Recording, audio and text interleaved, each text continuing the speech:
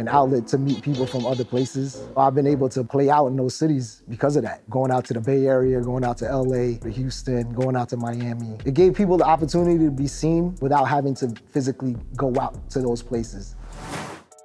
April 2020. A month after the pandemic started, I got into Twitch. I was trying to do Instagram Live, but Instagram kicked me off.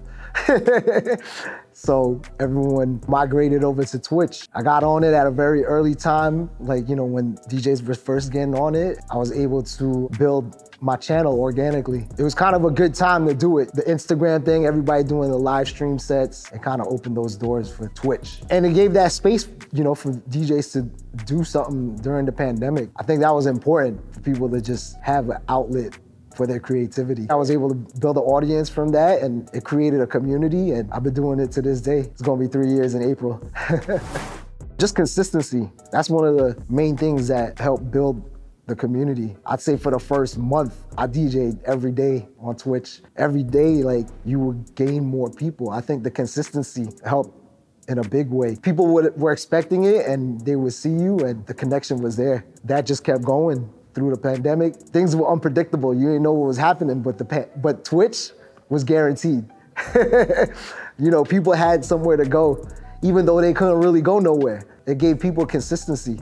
It's something to just, like an outlet to, kind of come together, even though we couldn't do that in real life.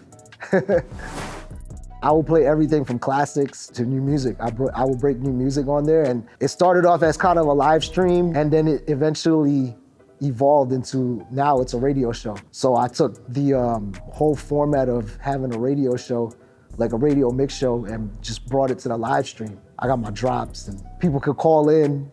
I got a 1-800 number that people could call in, and I break new music. I broke a lot of records on there. It was a great space, for me personally, and other DJs to do that too, to get to play music that they wouldn't normally play.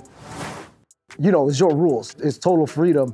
Only pretty much one thing that's kind of restrictive is copyrights. And what music, if you want to have, say, like the recordings of your live streams up, you might get hit with some copyrights. So that's one restriction, but that's, typical. But for the live stream, as it's happening, they're not gonna hit you with no copyrights. So, other than that, there's really no restrictions. However you see your set to be, it's total freedom, it's up to you.